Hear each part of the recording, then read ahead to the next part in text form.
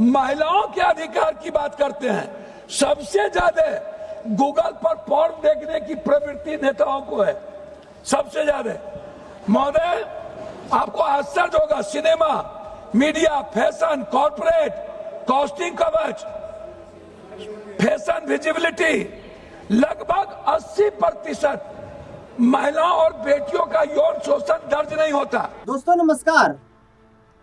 महिला आरक्षण को लेकर संसद में जो विशेष सत्र बुलाया गया, उस विशेष सत्र में जो चर्चा हुई, लेकिन अब ये चर्चा और इस महिला आरक्षण का मुद्दा जो है, ये राजनीतिक बयानबाजी का अखाड़ा भी बन चुका है। राजनेताओं की एक दूसरे के खिलाफ जमकर बयानबाजी सामने आ रही है।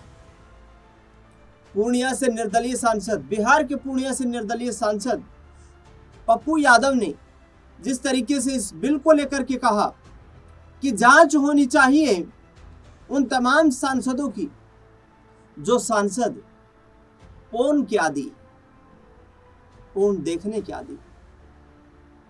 महिला सम्मान, महिला सशक्तिकरण, महिला आरक्षण को लेकर के ये सदन में चर्चा हो रही थी और इसी दौरान पप्पू यादव ने ये मुद्दा उठाया।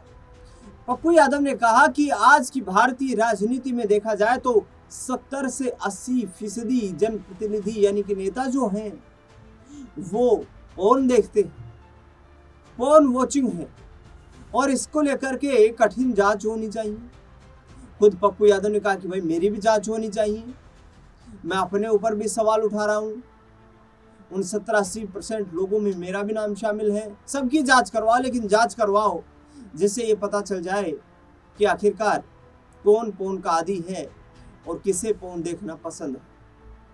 जनप्रतिनिधि को जनता चुनती है अपनी समस्याओं का समाधान करने के लिए, लेकिन पप्पू यादव जिस तरीके से बेडरूम तक की इस लड़ाई को लेकर के आए, थम नहीं रहे थे। पप्पू यादव संसद में भाषण देने के बाद 2-3 बार उन्होंने प्रेस कॉन्फ्रेंस की, कुछ मीडिया बाइट्स दी और उन्होंने सीधे तौर पर ये बार बार रिपीटेशन करते हुए कहा कि महिलाओं के लिए राजनीति में जाना किसी बड़े राजनेता के बिस्तर से होकर ही उन्हें गुजरना पड़ेगा।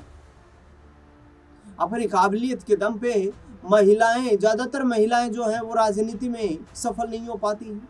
अब ये पप्पू यादव का तर्क है। पप्पू यादव के इस तर्क को लेकर के उनके विरोधी लोग जो हैं वो लगातार उनकी मानसिकता को लेकर ही सवाल खड़े कर रहे हैं और कहते हुए नजर आ रहे हैं कि भाई ये पप्पू यादव पागल हो गए, इन्हें पता ही नहीं है कि इनकी पत्नी रंजीत रंजन जो है वो भी सांसद है, वो भी एक राजनेत्री।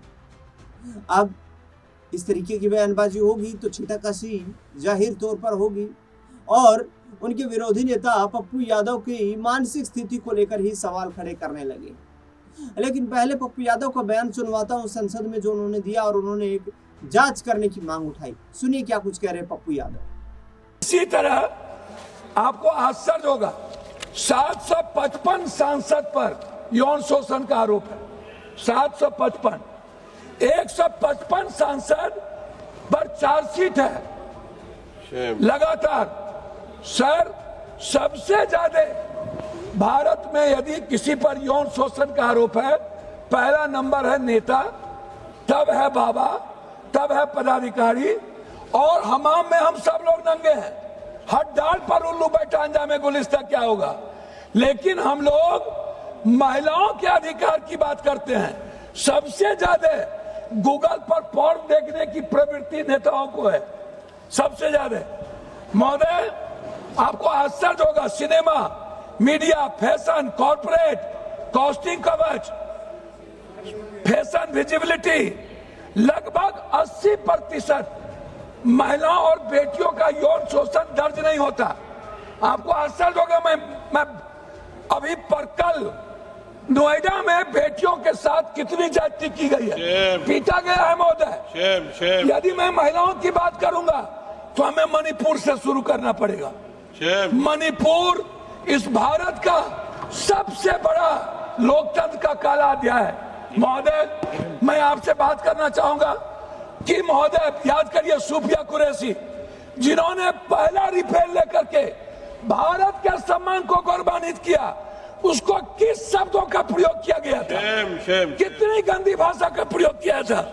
तो ये पूर्णिया के सांसद पप्पू यादव का अपने लोकसभा में सुना अपना संबोधन देते हुए, जिस दौरान ये महिला आरक्षण के मुद्दे पर संसद में बोल रहे थे, अपना सुझाव रख रहे थे। उस दौरान उन्होंने ये कहा कि हमारे देश के राजनेता पौन के आदी हो चुके हैं और 70 से 80% नेता जो हैं वो पौन देखते हैं और पौन में उनकी दिलचस्पी है। ये उनकी निजी जिंदगी का फैसला हो सकता है, लेकिन जनता उन्हें जनप्रतिनिधि के तौर पर देखती है।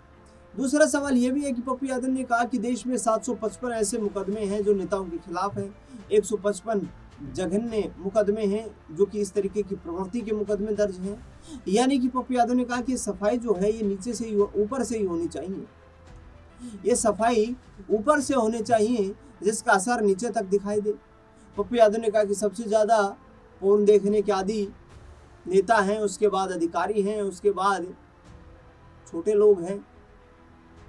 लेकिन जब नेताओं को इस तरीके की गतिविधियों में शामिल पाया जाएगा, बलात्कार के जो केस सामने आते हैं उनमें नेताओं के नाम सामने आएंगे, अधिकारियों के नाम सामने आएंगे, छोटे कर्मचारियों के नाम सामने आएंगे, तो फिर देश की जनता को संवैधानिक इकाइयों पर, संवैधानिक संस्था पर विश्वास कैसे बन पाएगा।